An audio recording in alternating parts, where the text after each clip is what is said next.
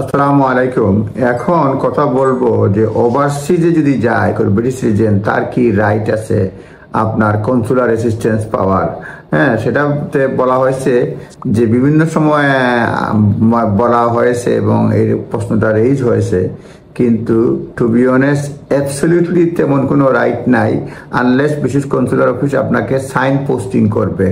What are the legal rights for British national abroad, British আলাদা কোনো right আছে কিনা বাইরে। Currently no legal right to consular assistance for British national and their families who turn to a foreign and commonwealth and development office in time of crisis overseas.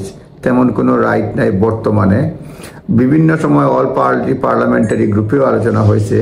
এগুলির ক্ষেত্রে বেশিরভাগ হয়েছে যারা কোনো ধরনের সিরিয়াস ক্যাটাস্ট্রফি বা কোনো ধরনের বিপদের মুখে পড়ে, তখন তাদেরকে সাইন পোস্টিং করা, এই জায়গায় যাওয়া, ভালো লয়ার পাবা বা তাদেরকে রিপেট্রিয়েশন ছাড়া ফেরত নিয়ে আসা ছাড়া তেমন কোনো নাই। মোস্টলি এই ভিকটিমস রাইটের মতো আর কি, ভিকটিমের যা যা রাইট সেগুলি ছাড়া তেমন কোনো রাইট নাই। What a private members bill একটা বলা হয়েছে seeking to legislate the right for consular assistance, consular অ্যাসিস্ট্যান্সের জন্য আইন করার জন্য 2024 একটা প্রাইভেট মেম্বার বিল হয়েছিল এবং এটা তারা রিকমেন্ডেশন একটা হয়েছিল all party parliamentary group 28 February 2024 সালে।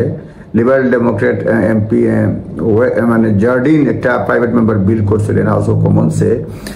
বলছিলেন যে consular assistance for British citizen abroad in case where there has been where there is a risk of breach of human rights, denial একটা বিল করা হয়েছিল breach of human rights, denial of access to the legal representation or torture or other human rights abuses for connected purposes. এগুলির জন্য বলা হয়েছিল, কিন্তু এটা আগায় নাই।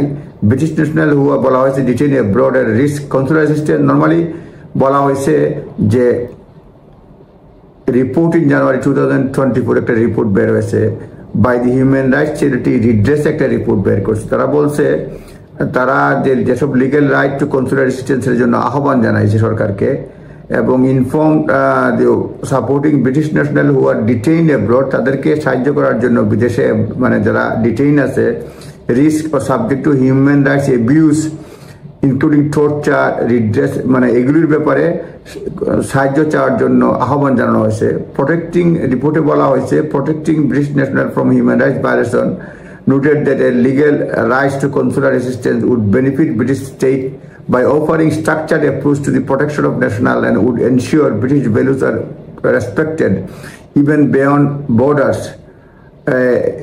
এই ব্যাপারে অনেক কিছু কথাবার্তা হয়েছে, রিপোর্ট হয়েছে, আহ্বান করা হয়েছে, কিন্তু এটা কনসুলার অ্যাবসলিউট রাইট হিসেবে কখনোই বিবেচনা করা হয় নাই।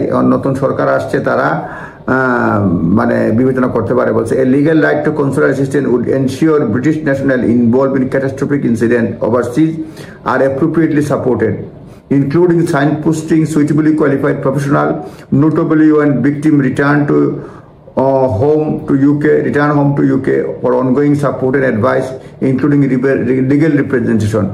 এইগুলি লিগেল রাইট হিসাবে বিবেচনা করার জন্য আহ্বান জানানো হয়েছে। কোনো কিছুই হয় নাই, নো লিগেল রাইটস।